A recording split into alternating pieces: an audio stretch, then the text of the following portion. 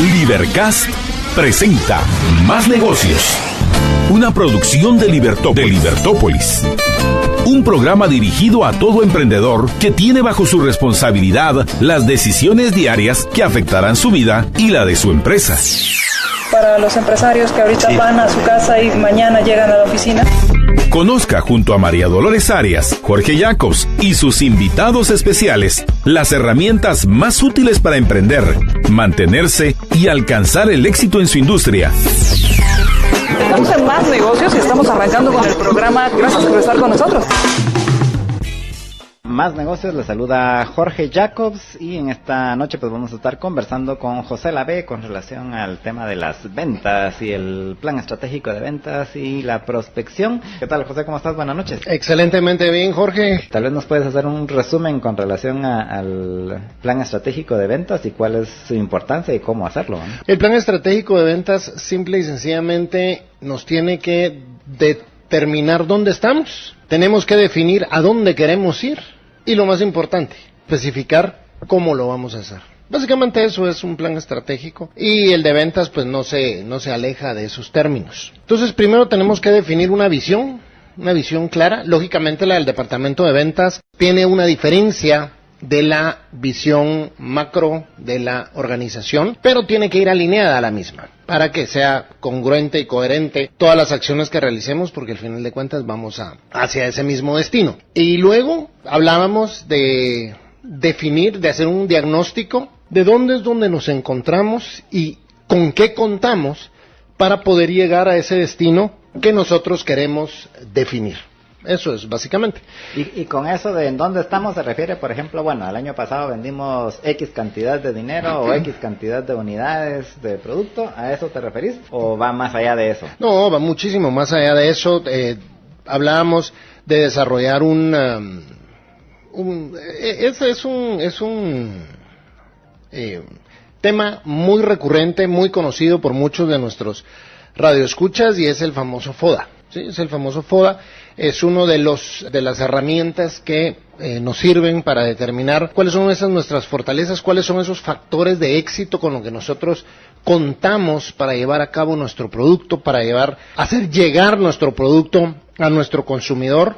También teníamos que determinar y definir cuál es esa ventaja competitiva con la cual nosotros vamos a salir al mercado y nos va a diferenciar pues del resto de los competidores. Teníamos que hablar también cuáles eran un análisis del entorno y sobre ese entorno ver los diferentes escenarios a los cuales nos podemos enfrentar, porque hablábamos que un plan estratégico, a diferencia de un plan normal, pues define y determina esos escenarios posibles a los cuales nos vamos a enfrentar y sobre todo que en caso que sucedan determinadas situaciones nos plantea cómo vamos a reaccionar a las mismas. Y eso minimiza el factor sorpresa que esas ocurrencias puedan afectarnos. ¿Y con eso te referís a, qué sé yo, cambios en el mercado, que resulta que ya el producto que vendemos ya no es el que la gente... Por ejemplo, ¿y qué vamos a hacer? O que alguien introduce un producto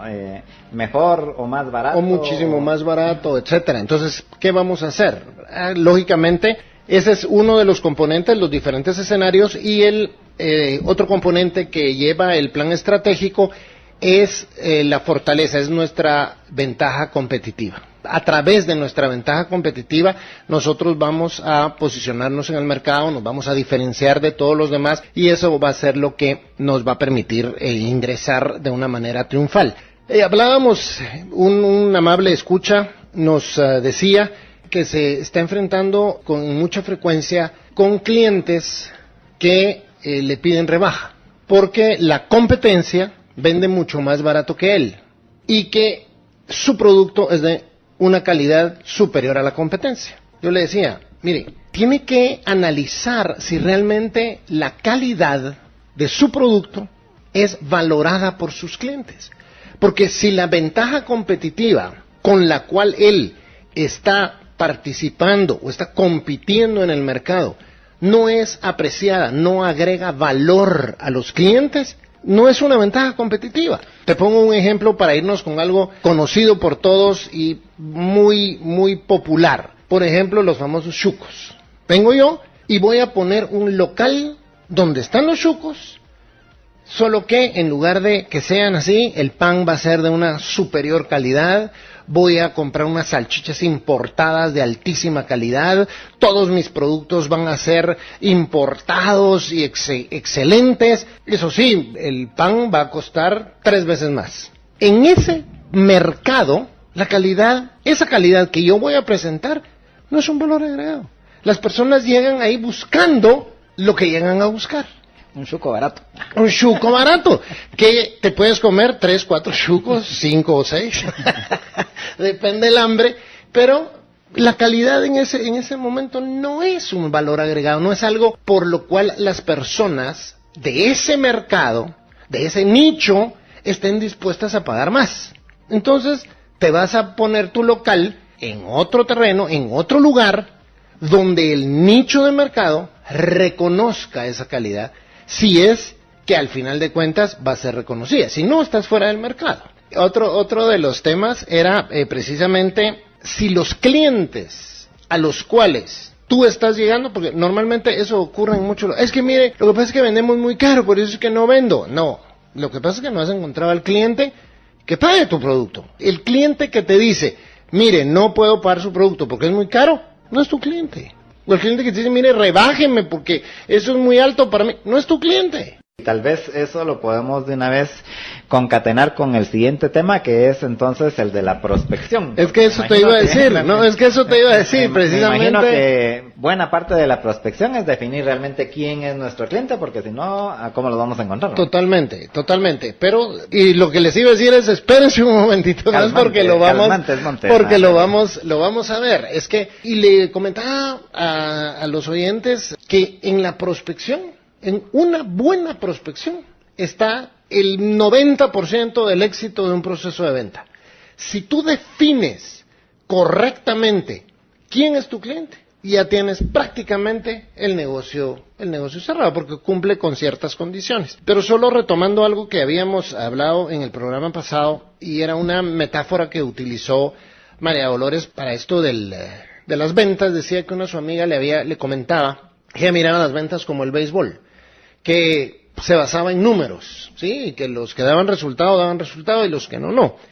Y está bien, yo creo que en ventas los resultados son básicos, pero también la estrategia, y esto tiene que ver un poco con la estrategia. Por ejemplo, puede ser que un vendedor no dé los resultados que estamos esperando, pero si hacemos un análisis, vemos que este vendedor se asemeja a un bateador que su promedio de bateo no es muy grande, pero sí es muy grande cuando se enfrenta a pitchers zurdos, por ejemplo.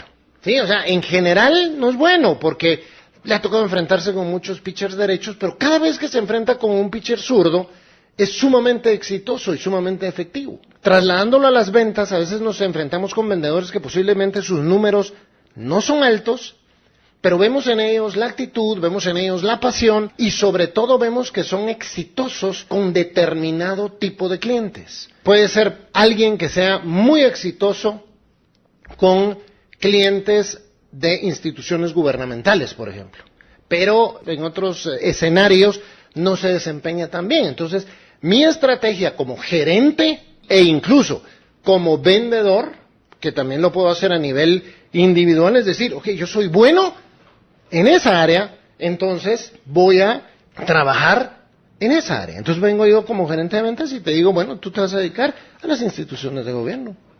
Y entonces voy a tener una persona sumamente efectiva generando esos ingresos. Entonces tú vas a ser mi bateador emergente con pitchers zurdos. Y entonces el éxito va a estar muy pleno, es parte de la estrategia. Y por último, lo que nos faltaba de la estrategia es cuando ya definimos dónde nos encontramos ahora, ya definimos nuestros objetivos, claros, concisos, medibles, para poder ir dándole un seguimiento, y desarrollamos ya nuestras actividades estratégicas, ¿sí? Que van a responder a las preguntas ¿qué?, ¿quién?, ¿cómo? y ¿cuándo? Entonces, es importante, ¿qué es lo que vamos a lograr? ¿Quién lo va a realizar? ¿Quién es el responsable de lograrlo? Porque cuando todos somos responsables, nadie es responsable. ¿Cómo lo va a lograr? Que son todas las actividades que va a desarrollar para lograrlo y cuándo, en cuánto tiempo lo tiene que lograr. Una vez establecido eso, vamos para adelante. Y un tema bien importante y que a veces no tomamos en cuenta para lograr las ventas, es que a la venta hay que ponerle corazón. Y cuando digo ponerle corazón, es que nuestro equipo, nuestros profesionales de la venta, nuestros vendedores, estén verdaderamente comprometidos con los resultados. Y se van a comprometer con los resultados cuando se cumplan determinados factores. Número 1, cuando mis objetivos personales estén alineados a esos objetivos empresariales. Si yo, vendedor, me beneficio de que esos objetivos se cumplan, por supuesto voy a estar más comprometido. Número 2, cuando yo entiendo la importancia de lo que yo hago y el valor de lo que yo aporto a la organización.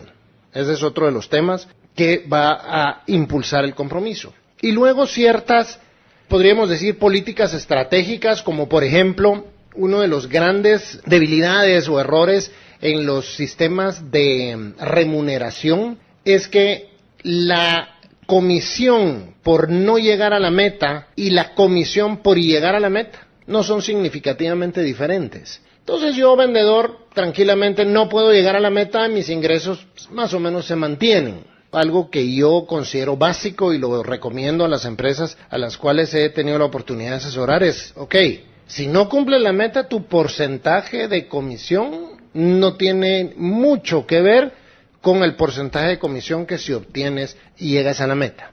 Si tú llegas a la meta, el porcentaje se incrementa notablemente, o sea, es verdaderamente significativo el que tú logres tu meta y no la logres. Entonces, a través de todos estos elementos podemos generar una motivación a nuestro equipo de ventas y eso es ponerle corazón para que las personas estén verdaderamente identificadas. Y, por último, que las personas comprendan para qué queremos lograr lo que queremos lograr. Un sentido de trascendencia a nivel organizacional y a nivel personal que nos diga, yo estoy haciendo un mundo diferente, yo estoy haciendo algo diferente, yo estoy aportando cosas para generar un cambio en mi entorno. Yo he visto, en mi experiencia así a lo largo de los años, que a veces la parte de las comisiones y el dinero que va a recibir un vendedor a veces no es suficiente motivación para que haga bien su trabajo. ¿En qué sentido lo digo? En el sentido de que uno diría, mientras más venda, pues más ingresos va a tener y realmente, el límite es, no hay límite, pues, podría llegar a vender, podría llegar a hacerse millonario vendiendo, por ejemplo. Sin embargo, resulta que no es así, llegan hasta cierto punto y de ahí, ya no se esfuerza más, ¿no? Para que quede en el suspenso, te digo, sí hay límite. ¿Cuál es ese límite? Ajá, ¿cuál es el límite? Pues mira, cuando sucede eso es porque nuestros sistemas de compensación están también mal diseñados. ¿Qué es lo que sucede en muchas oportunidades? Se comisiona al vendedor sobre el volumen de ventas. Lo que sucede es que mucho de este volumen es un volumen de arrastre que ya viene de antes, ¿no? De previas actividades. Que son ya su portafolio, su cartera. Su portafolio, sí. Entonces, ya no genera mayor esfuerzo del profesional para crecer. Y lo que hablamos, ¿cuál es el límite? El límite es la cantidad de dinero que le permite vivir con comodidad. Y eso lo he visto yo en un sinnúmero de vendedores. Cuando le alcanza para vivir con relativa comodidad, cuando el vendedor ha llegado y cubre con su comisión sus necesidades básicas, ese es el límite. Pero entonces lo que necesitas buscar en un vendedor es que sea ambicioso, entonces. Por supuesto, y es que confundimos la ambición con el deseo de superación. Y ahí viene otro tema, ¿verdad? Por eso al vendedor hay que trabajar mucho en la actitud. Generalmente se trabaja y se capacita a los vendedores en técnicas de ventas, estrategias de ventas. Lo que tenemos que trabajar en el vendedor es precisamente la actitud. La actitud es lo que va a hacer la diferencia entre un vendedor medianamente efectivo a un vendedor tremendamente efectivo. Pero entonces, ¿cuál es la actitud adecuada? ¿Cuál es la actitud que se debe de buscar? ¿Cuál es la actitud que se debe fomentar? Una persona que tenga deseo de superación a nivel personal, a nivel económico, a nivel físico, a nivel espiritual, una persona que esté buscando siempre más. Eso es lo que necesitamos. Y lo que te decía, el otro factor, la planificación de los planes de compensación. Porque lo que sucede es que, bueno, compensamos por este arrastre y nosotros debemos de comisionar a los vendedores por crecimiento.